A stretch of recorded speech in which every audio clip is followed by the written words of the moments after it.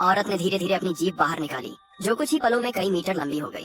दरअसल वो सामने बैठे डियावलाओ को चाटने वाली थी। तभी पास में बैठी उसकी कजिन को कुछ गड़बड़ लगी और उसने तुरंत अपने पैर से उस जीभ को रोक दिया। भूतनी को जोर का दर्द हुआ, सच में बहुत दर्द हुआ, लेकिन डियावलाओ को कुछ पता ही नहीं चला और वो मासूमियत से पूछ बैठा कि भूतनी क्या कर रही है। अगले ही पल कजिन ने डियावलाओ से कहा कि जरा नीचे गिरा हुआ चॉपस्टिक उठा दे। जैसे ही डियावलाओ झुका, भूतनी ने जल्दी से अपनी जीभ को खाने की मेज पर रख दिया। कजिन ने मौका पाकर फुर्ती से चॉपस्टिक उस जीभ में घुसा दी और उस पर तरह तरह की तीखी चटनी लगा दी।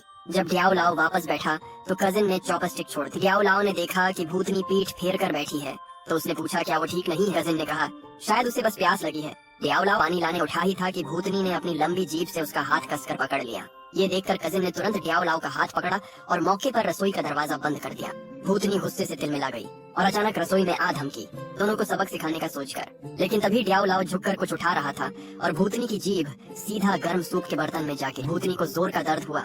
सच में बहुत दर्द हुआ और आखिर में वो मजबूर होकर वहाँ से चली गई। डियावलाओ ने चैन की सांस ली और अपनी जान बचा ली।